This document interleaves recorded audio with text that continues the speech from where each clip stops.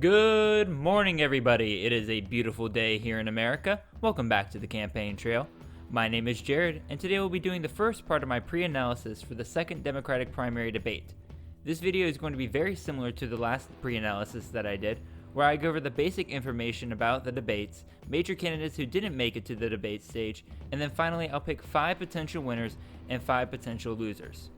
With that being said, let's go over the basic information about the debates and how they're structured. Just like last time, the debate is being split into 2 different nights, but this time they're being held in Detroit, Michigan. Each night will have 10 candidates, which is something else that didn't change from last time. They will be held on Tuesday, July 30th and Wednesday, July 31st, and both will be held at 8 p.m. Eastern Standard Time. The debate will be moderated by CNN anchors Dana Bash, Don Lemon, and Jake Tapper. Finally, in order to watch the debate, you can watch it on CNN or any other platform that includes CNN. They will also be broadcasted live on CNN.com. Now I'll give you guys a reminder of what each of the lineups for each night will be.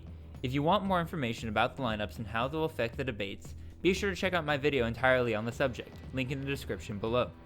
For night 1, we have Bullock, Buttigieg, Delaney, Hickenlooper, Klobuchar, O'Rourke, Ryan, Sanders, Warren, and Williamson. And for night 2, we have Bennett, Biden, Booker, Castro, de Blasio, Gabbard, Gillibrand, Harris, Inslee, and Yang. Now I'm going to talk about the major candidates who didn't make the debates, although much more briefly than I did in the last pre-analysis. The main reason is that these guys overall are not worth covering at this point.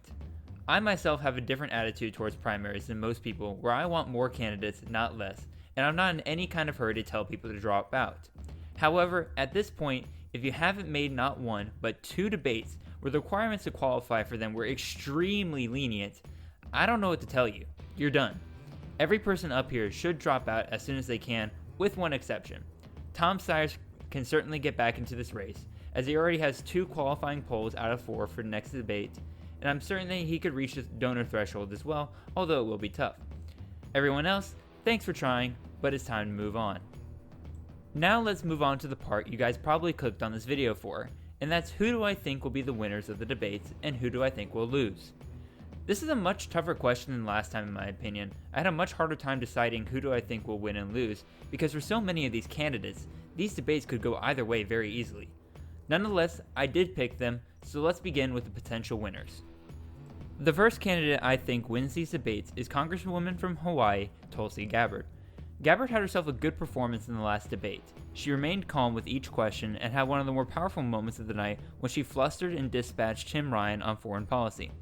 Afterwards, she was the most Googled candidate on the first night of the debate.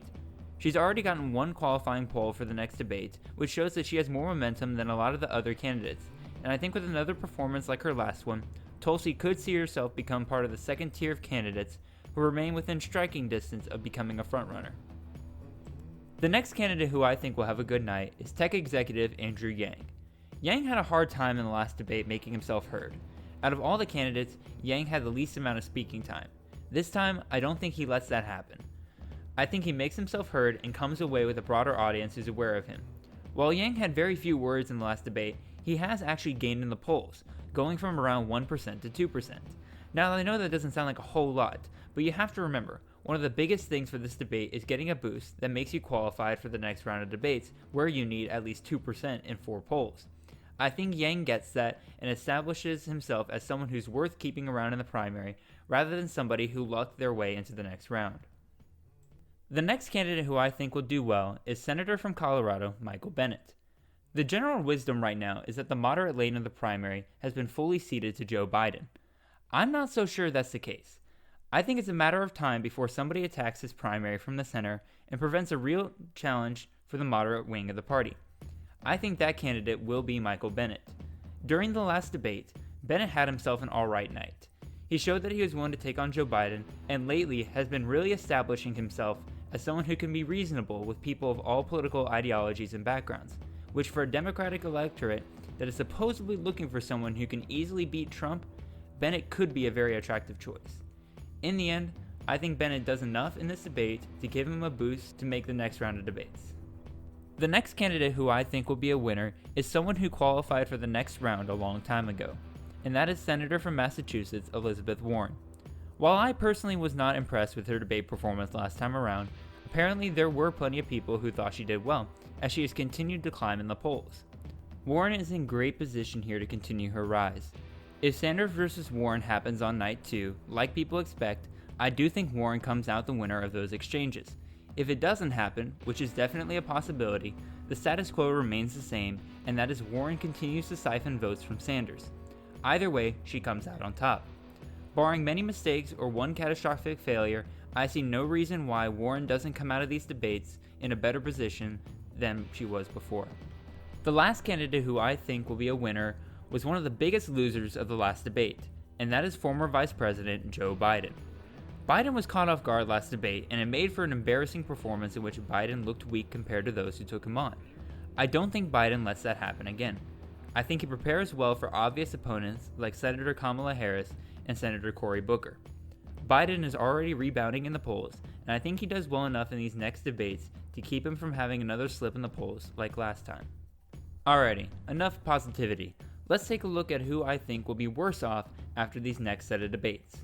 The first person who will fall after these debates is one who's been falling since the last set of debates, and that is former Congressman from Texas, Beto O'Rourke. My oh my, was O'Rourke's last performance bad? From randomly speaking in Spanish for random questions, to being taken down by not one, but 2 lower tier candidates, it essentially confirmed many people's suspicions about him coming into this race. He's ill prepared and not ready.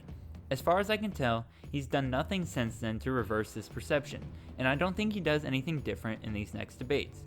O'Rourke has already qualified for the next debates, but most of the polls in his fundraising came from older polls and earlier in the campaign. More recent polls show him at the bottom tier of candidates, polling around 1%. I said earlier that Andrew Yang will establish that he didn't luck into the next round of debates with his performance. O'Rourke will be the opposite. Come September, when the next set of debates are being held, we will all be wondering why O'Rourke is still worth putting on stage. The next person who I think loses is Congressman from Ohio, Tim Ryan.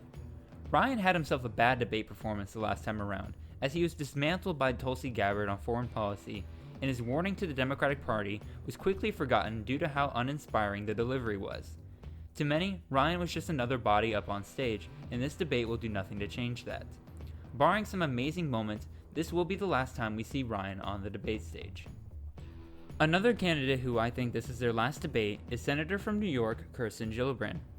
Gillibrand was remembered as one of the candidates who interrupted a lot in the last debate. That alone should tell you that she's having a rough time. Despite decent media coverage for a lower-tiered candidate, she seems to be losing what little support she had. I think these next debates seal her fate as one of the forgotten candidates, and we will not see her on stage in September. Now, the next candidate who I think will come out of these debates a loser is Senator from Vermont, Bernie Sanders. Sanders became a sideshow in the last debate to Harris and Biden, which continued to lower his importance in these primaries. This time, Sanders has the opportunity to be the biggest story coming out of the second debate, which I think will end up badly for him. Sanders needs to take on Warren if he wants to stop her momentum, but I can't see a reality in which Sanders can do this successfully. Sanders started the progressive shift in the Democratic Party, but the party is already to move on from him and replace him with people who can argue his positions better than he can. This debate, and Sanders' positions after the debate, will prove that. The last candidate who I think will have a rough night is Senator from California, Kamala Harris.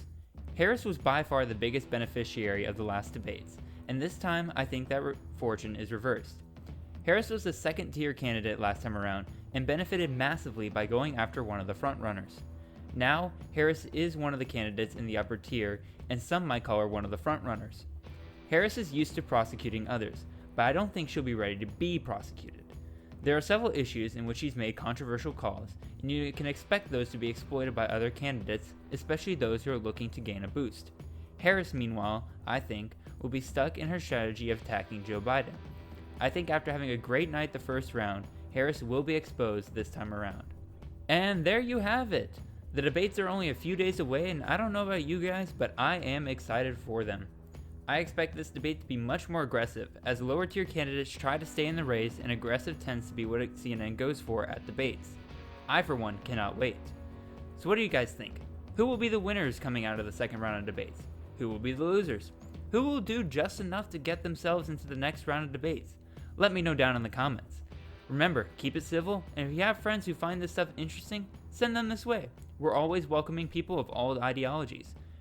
As always, if you like what you see and hear, make sure you click that like button and make sure you subscribe for the channel for more great content on the election 2020. My name is Jared, and I'll see you guys next time on the Campaign Trail.